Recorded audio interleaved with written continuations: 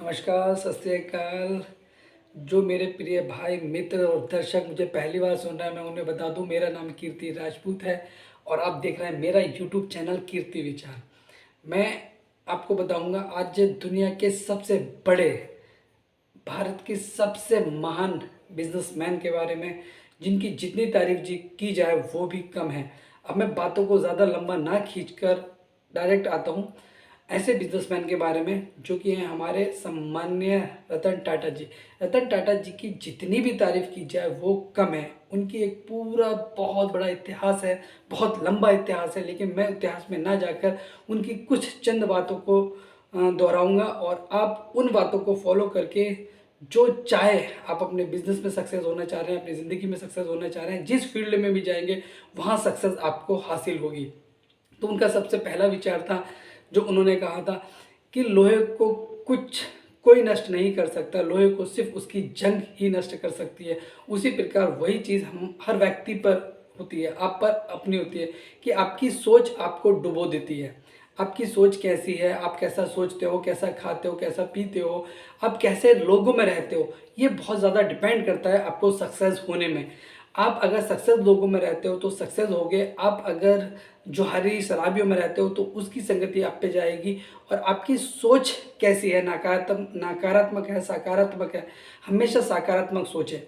तो वही चीज़ है कि हमें कोई नष्ट नहीं कर सकता है, हमें हमारी सिर्फ सोच नष्ट करती है। हमें हमारा दिमाग ही आगे बढ़ाता है, वही हमें कुएं में ढकेलता है। तो मैं आपसे कहूँगा जो रतन टाटा जी ने कही थी कि अपनी सोच को हमेशा सकारात्मक रखें और ये सोचें कि मैं कुछ भी कर सकता हूँ। हमेशा अपने दिमाग में सकारात्मक सोच रखें, अच्छे विचार लेके आएँ। दूसरी चीज़ जो कि हमारे रतन टाटा जी द्वारा थी वो थी कि हमारे जो विचार हैं, हाँ, पेड़ को काटने के लिए अगर 8 घंटे हैं तो उसमें से 6 घंटे आपको धार तेज करने में लगाना चाहिए और 2 घंटे काटने में। तो उसी प्रकार हमारी ये जीवन की क्रिया है, जीवन पे डिपेंड करती है कि अगर हमें किसी फील्ड में जाना है तो हमें उस फील्ड में की जानकारी हमें होना चाहिए कि अगर आप अपनी ज़िंदगी में क्या करना चाहते हैं, क्या बनना चाहते हैं, पहले तो ये समझिए, अपना गोल बना लीजिए, अपना लक्ष्य बना लीजिए और उसकी जानकारी इकट्ठा कर लीजिए। और आप जितना समय जानकारी इकट्ठा करने में लगाएंगे वही आपके लिए बेस्ट होगा। आपको रिजल्ट तो सिर्फ नाम मात्र में लग जाएगा। मैं एक एग्जांपल देता हूँ कि अगर आप यूट्यूबर बनना चाहते हैं तो यूट्यूब की जानकारी लीजिए, अगर आप बिजनेसमैन बनना चाहते हैं तो बिजनेस की जानकारी लीजिए। और ज़्यादातर जितनी आपके पास जानकारी आ जाएगी आप उस फील्ड में उतने ही ज़्यादा सक्सेस होंगे। विवेकानंद स्वामी जी ने भी कहा है कि आप एक विचार लो और उस विचार को ही अपना जीवन बना लो, उसके ही सपने देखो, उसको ही अपने मस्तिष्क में लेके आओ, उसको ही अपने नसों में, अपने अंग अंग में उसको बहा लो और उसी के सपने देखो, उसी में खाओ, उसी में पियो और उसी के बारे में हमेशा विचार करो, उसी को सोचो। बस एक यही सबसे अच्छा तरीका है आपको सफलता की ओर जाने के लिए। तीसरा विचार जो उन्होंने कहा है कि अगर हमारी ज़िंदगी में उतार चढ़ाव ना आए तो समझ लो कि हम गलत रास्ते पे जा रहे हैं।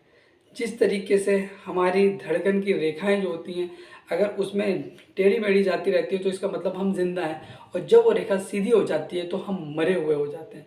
तो वही चीज़ है कि हम जब कोई सपना बना देखते हैं या उसे गोल बनाते हैं तो गिनी सारी परेशानियाँ, अनगिनत परेशानियाँ हमारे जीवन में आती हैं। बहुत ज़्यादा उतार चढ़ाव लगे रहते हैं, हमें लगता है कि हमें ये काम छोड़ देना चाहिए, हमें दूसरा काम पकड़ लेना चाहिए। नहीं, जो हमने एक विचार बना लिया है और हमने कर लिया है तो हम उसे करके ही रहेंगे। परेशानी आएंगी लेकिन जब परेशानियों के बाद जो जीत आएगी वो आपकी काबिल तारीफ़ होगी। बाकी आपकी हिम्मत भी बढ़ेगी, आपको हौसला भी मिलेगा और आपको खुशी भी मिलेगी। तो जिस रास्ते पे अगर आप जा रहे हैं और उस पर कठिनाइयाँ आ रही हैं, चुनौतियाँ आ रही हैं, असफलताएँ आ रही हैं, तो उनसे घबराना नहीं है, उनका डट कर सामना करना है, क्योंकि आगे जो है आपका जीत इंतज़ार कर रही है। ठीक है, नमस्कार।